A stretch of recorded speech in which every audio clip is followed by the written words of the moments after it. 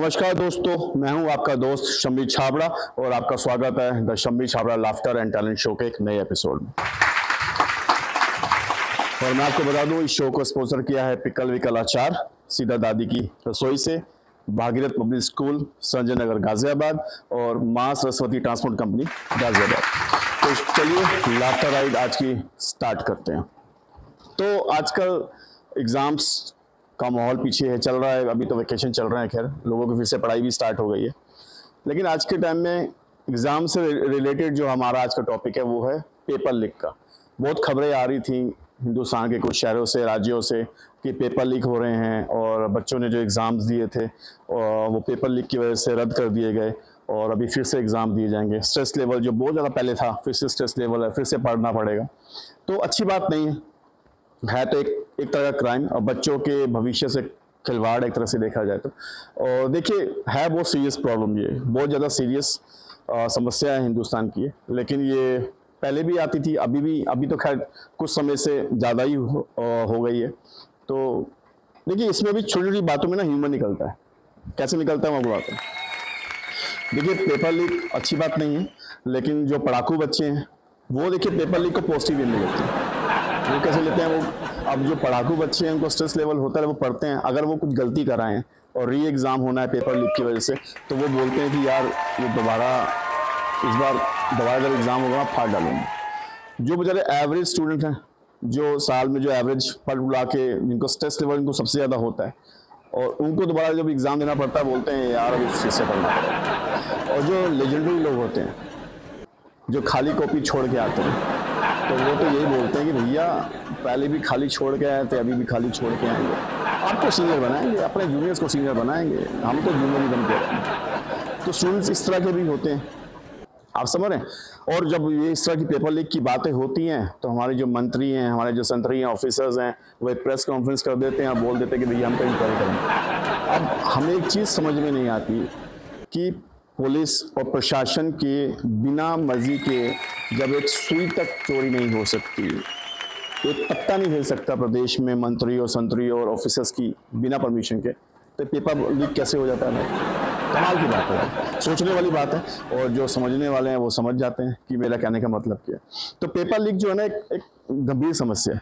और जब paper leak होते हैं ना तो कुछ फनी ट्वीट भी होते हैं। जो ट्विटर था वो आजकल एक्स हो गया, तो कुछ ट्वीट मैंने पढ़े तो उसमें था कि यार फिर से पहले भी दिए थे, फिर से देने पड़ेंगे। तो जवाब आया एग्ज़ाम, तो उसने काउंटर जवाब दिया नहीं बे एग्ज़ाम नहीं, पे पैसे, क्योंकि पेपर लीक के भैया बहुत ज़्यादा पैसे लगते हैं और अच्छा खासे पे वो लोग पैसा लेते हैं जो पेपर लीक करवाते हैं।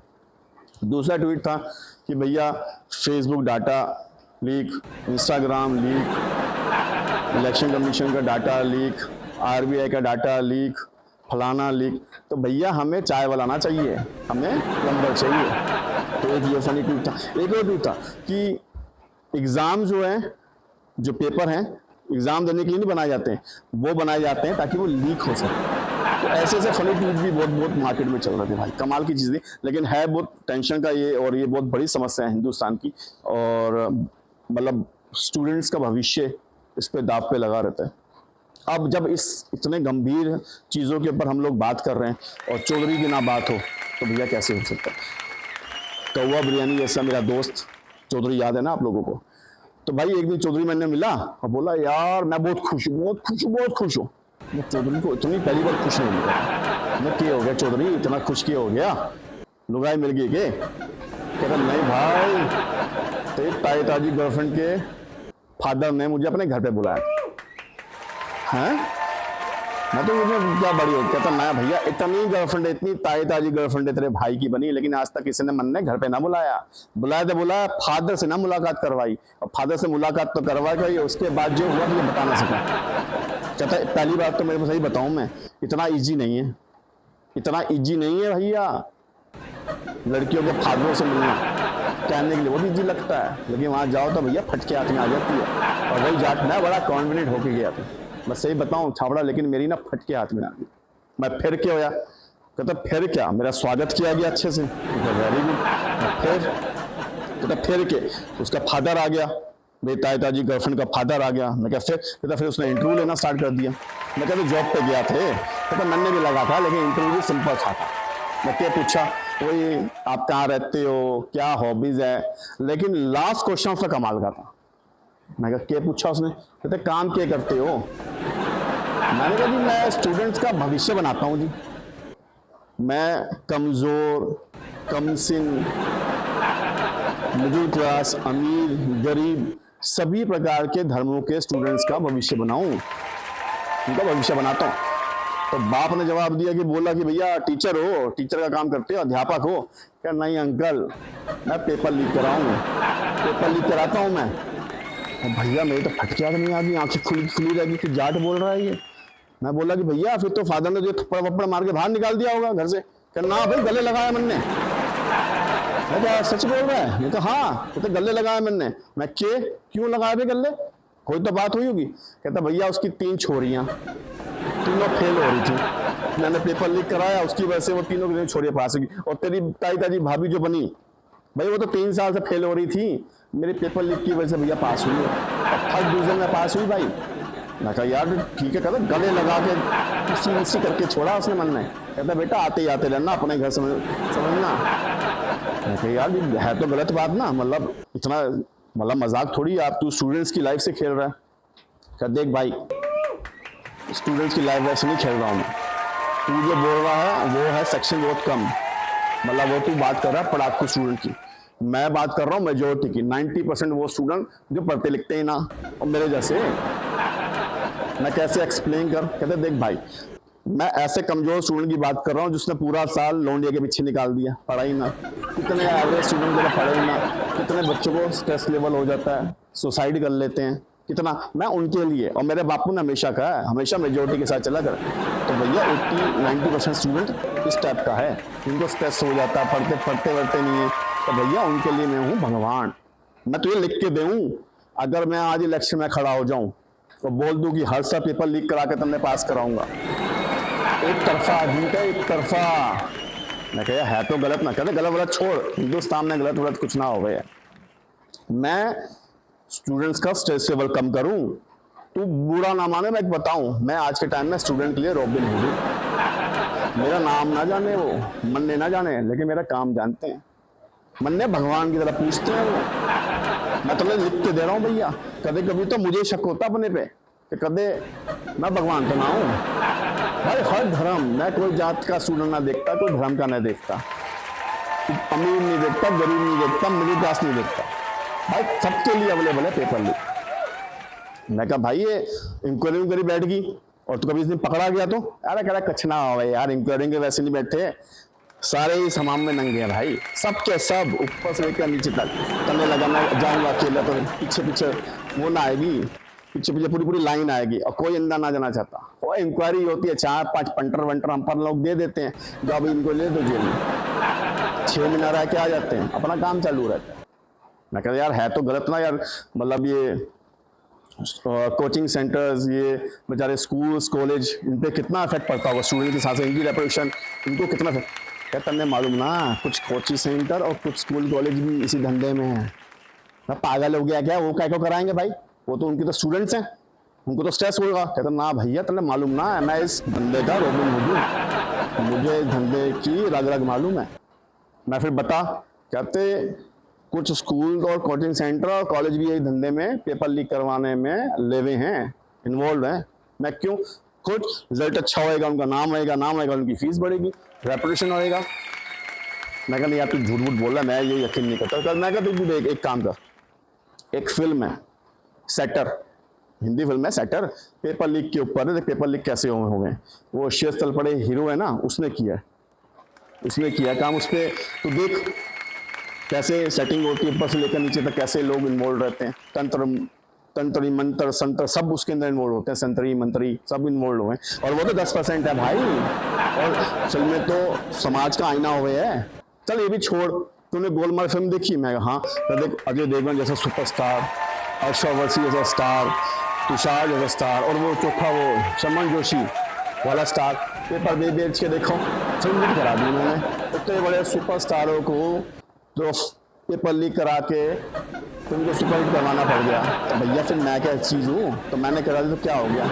अच्छा मैंने ये बता, तू इतना सब कुछ कर रहा है तो इसके पीछे कोई तो रीज़न रहा होगा, मतलब इसके पीछे कोई कहानी तो होगी। कहते भाई क्या हो गया कि कुछ महीने पहले ना मेरा 4 साल का भांजा ना क्या हो गया उसको, कह रहा है उसका नर्सरी का एग्ज़ाम था। भैया बच्चा बड़ा स्ट्रेस में, मेरी बहन ने उसकी ले रखी कि तुझे जो पढ़ाया ABC पोएम तुझे वहाँ पे जाके बोलिए, तू वहाँ से लिख के आई हो। छोटा सा बच्चा भाई का है, उसने बड़ी तोतली आवाज़ में बोल दिया मुझे, मामा प्लीज़ हेल्प मी, मुझे हेल्प किया। भाई मुझे जो उस टाइम फीलिंग समझ में आई उस बच्चे की, मैं तुझे बता ना सका कि स्टूडेंट पे स्ट्रेस कितना हो गया है, कैसे माँ बाप बच्चों को, स्कूल वाले बच्चों को स्ट्रेस दे रहे हैं, और बच्चे कहीं तो बेचारे सुसाइड कर ले हैं स्ट्रेस ले में। और तूने वो थ्री इडियट फिल्म ना देखी, IIT में क्या हो गए, वो जो फिल्म थी पूरी, तो भैया वो मैंने छू गई बात। मैंने कहा मैं अपने भांजे का स्ट्रेस लेवल ख़त्म करूँगा। मैं फिर चलो 50 रुपये देके मैंने वो नर्सरी का पेपर लीक कराया, और मेरा भांजा जो पूरे साल इधर उधर खेल रहा था भाई टॉप किया, नर्सरी कक्षा में टॉप किया। मैं फिर पता उसके बाद तो मैंने बहुत सोच लिया भाई कि जितने भी स्टूडेंट्स हैं, जो कमज़ोर स्टूडेंट्स हैं, जो बेचारे पढ़ने में वीक हैं, जो बेचारे मिडिल क्लास हैं, जो बेचारे कुछ करना चाहते हैं ज़िंदगी में, जो बेचारे लौंडियों के पीछे घूमते हैं, मैं उनका मसीहा बनूंगा, मैं उनके लिए रॉबिन हुड का काम करूंगा। भाई तब से भैया मैं तो उनके लिए भगवान हूँ। मैंने बोल दिया, मैं कहा अगर तो किसी दिन पकड़ा गया फिर क्या होगा, और तेरे बापू को मालूम चल गया, कहते ऐसी तो कोई भैया मशीनरी बनी नहीं कि मन में कोई पकड़ सके, समझा। और रही बात बापू की, तो तुम्हें पता है मेरा बापू तो एक नंबर का ईमानदार भ्रष्ट आदमी है। उसने तो पार्टी चेंज कर ली वॉशिंग मशीन में धुल के, वो तो ईमानदार हो गया। अब तो वो और ज़्यादा ईमानदारी के साथ भ्रष्टाचार कर रहा है। अरे ये उसके और लिंक्स बन गए, अब वही तो लिंक उसने मन ने दिए और उन्हीं के लिंक को मैं यूज़ कर रहा हूँ, और क्या। मैं तमने एक चीज़ बता दूँ, जब तक सरकारी तंत्र होगा भ्रष्ट तब तक होगा पेपर लीक। ये तो लिखवा ले, समझ रहा है भैया। तो तू मैंने बोला तू आगे मैंने सेलिब्रेशन करने जाती थी, ताई दाई गर्लफ्रेंड ने मैंने बहुत खुश कर दिया। तो भाई ये थे एक छोटी सी बात। मैं ये बोलना चाहूँगा स्टूडेंट से कि डरने की बात नहीं है पेपर लीक, और पेपर लीक के पीछे कभी मत भागिए, और पढ़िए अच्छे से। कम मार्क्स आएंगे कोई दिक्कत नहीं है, स्ट्रेस मत लीजिए, कोई गलत कदम मत उठाइए, पढ़ाइए कीजिए अच्छे से। कोई फेल हुआ कोई पास हुआ कोई बड़ी बात नहीं, हर एक के साथ होता है, हम लोग भी पढ़े हैं, लेकिन पेपर लीक के पीछे में कभी हम लोग भागे नहीं, ठीक है। और मैं कामना करता हूँ कि आपका भविष्य, स्टूडेंट्स का भविष्य अच्छा रहे, और अपने माँ बाप का सोचिए। और एक छोटी सी ये बात चुभी थी, इस वजह से ये हमने स्टैंड अप किया। आशा करता हूँ आपको पसंद आया होगा। Thank you so much. और अभी हम मिलते हैं आज के अपने टैलेंट से, और आइए उनके बारे में जानते हैं और उनसे कुछ बातें करते हैं।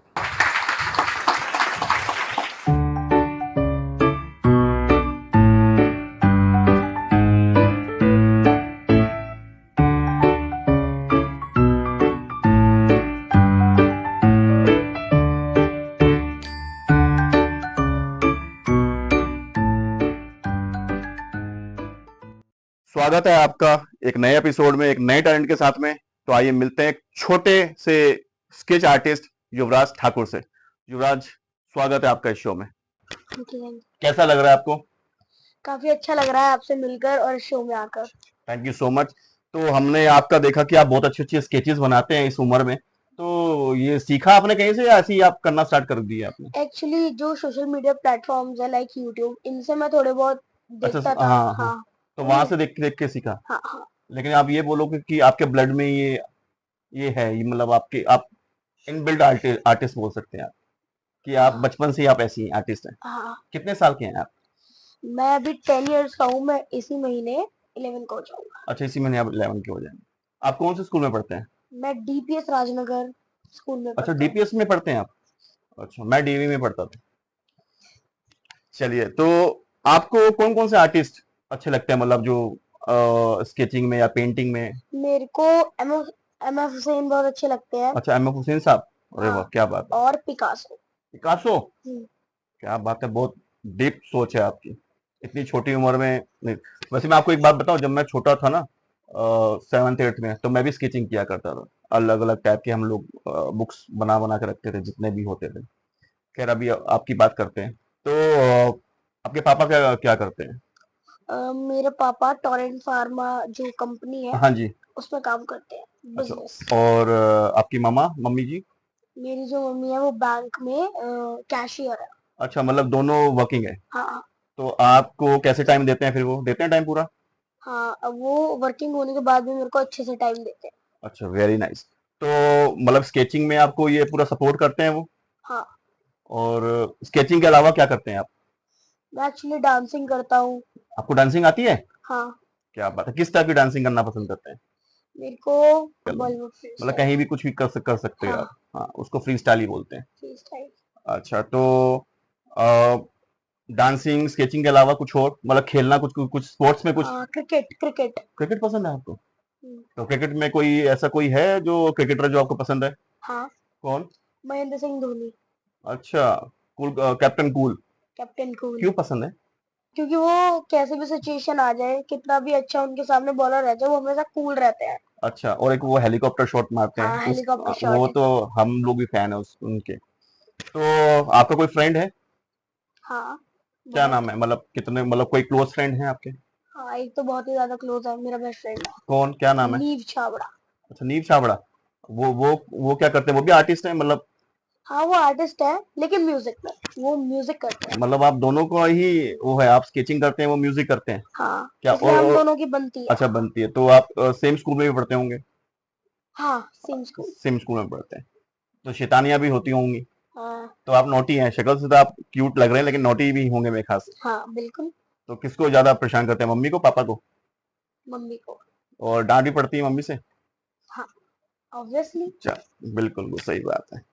अच्छा, ये बताइए कि जब स्केचिंग करते हैं किसी की भी, जैसे आप पोर्ट्रेट बनाते हैं, तो उसमें कितना टाइम लग जाता है एक स्केच बनाने में आपको? वो सर पोर्ट्रेट के ऊपर डिपेंड करता है, उसमें कितनी डिटेलिंग करनी है और कितनी नहीं करनी। सच में? हाँ और मैं आप लोगों को बताना चाहूंगा कि मैंने भी अपना सर को, मास्टर जी को दिया हुआ है अपना पोर्ट्रेट बनाने के लिए, और जल्दी ये बना के मुझे देंगे, और जब ये मुझे बना के देंगे तो मैं पेश भी करूंगा कि इन्होंने, युवराज जी ने मेरा पोर्ट्रेट बनाया है।